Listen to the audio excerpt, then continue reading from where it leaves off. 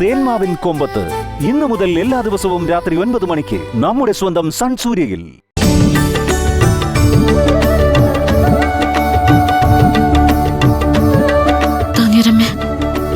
എങ്ങനെ നന്ദി പറയണമെന്ന് എനിക്കറിയില്ല.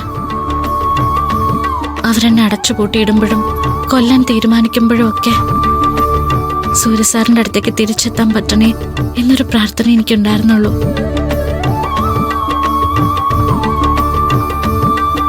രണ്ട് ദൈവങ്ങളോടും ഞാൻ പ്രാർത്ഥിച്ചു. രണ്ട് ദൈവങ്ങളും എന്റെ പ്രാർത്ഥന കേട്ടു. ഇനിയും ഒരുപാട് കാലം സൂര്യസാറിനോടൊപ്പം ജീവിക്കാൻ കഴിയണേ. അങ്ങനെയാവട്ടെ മകളെ.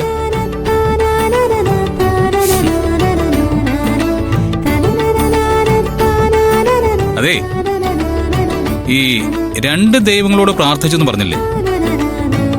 ഒന്ന് താന്നിയൂരമ്മ, പിന്നെ ആരാ ആ രണ്ടാമത്തെ ദൈവം?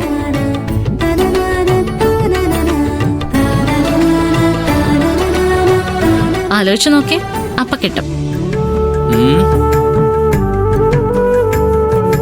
നമ്മളെ പഴനിക്ക് പോയിട്ട് വന്നുകൊണ്ട് മുരുകൻ, അയ്യപ്പൻ, അതുമല്ലെങ്കിൽ ആരാ? ശിവൻ,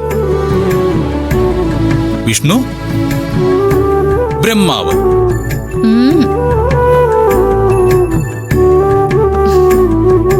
എന്റെ പ്രാർത്ഥന അതൊന്നും അല്ലായിരുന്നു. അപ്പൊ പിന്നെ വേറെ ആരാ അങ്ങനത്തെ ഒരു ദൈവം? എന്റെ മനസ്സിൽ ദൈവത്തിന്റെ സ്ഥാനമുള്ള ആളുണ്ട്. എടോ, അത് ആരാന്ന് ഞാൻ ചോദിച്ചേ, പറ.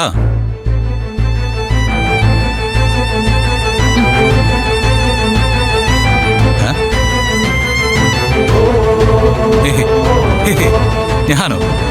ദൈവോ? എന്റെ മനസ്സിലെ ദൈവം. കൺമുന്നിൽ ഒരു കൊലപാതകം കണ്ടിട്ട് പോലും ഞാൻ കൊല്ലപ്പെടില്ലെന്ന് ഞാൻ വിശ്വസിച്ചു.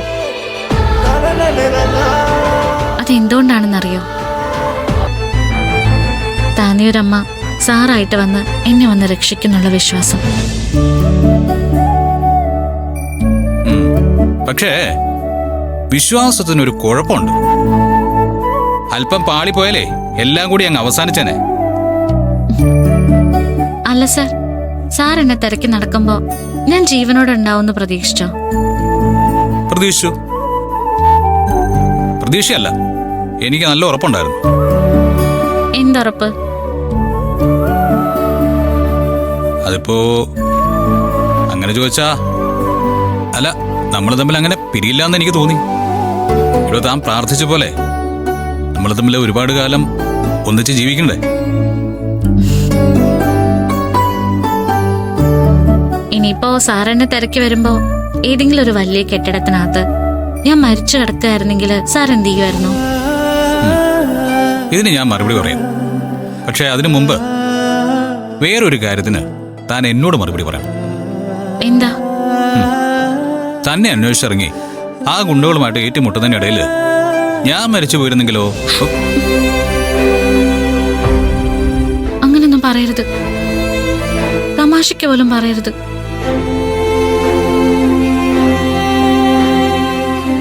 എന്റെ മനസ്സിന് എത്ര വേദന ഉണ്ടെന്നറിയോ അതൊക്കെ കേൾക്കുമ്പോ? ആണോ? അങ്ങനെയാണെങ്കിൽ താൻ മരിക്കുമെന്ന് പറയുമ്പോ എന്റെ മനസ്സിലെ വേദനയെ കുറിച്ച് താൻ എന്താ ആലോചിക്കാത്തത്? എന്നെ കുറിച്ച് പറയുമ്പോ തന്റെ മനസ്സ് എത്ര പൊള്ളുന്നുണ്ടോ അതുപോലെ തന്നെ തന്നെ കുറിച്ച് പറയുമ്പോ എന്റെ മനസ്സും പൊള്ളുന്നുണ്ട്. മനസ്സിലായോ?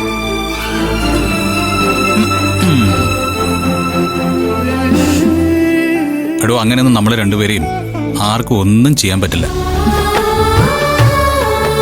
നന്ദിനിയും സൂര്യയും എപ്പോഴും ഇങ്ങനെ ഒരുമിച്ച് തന്നെ ഉണ്ടാവും.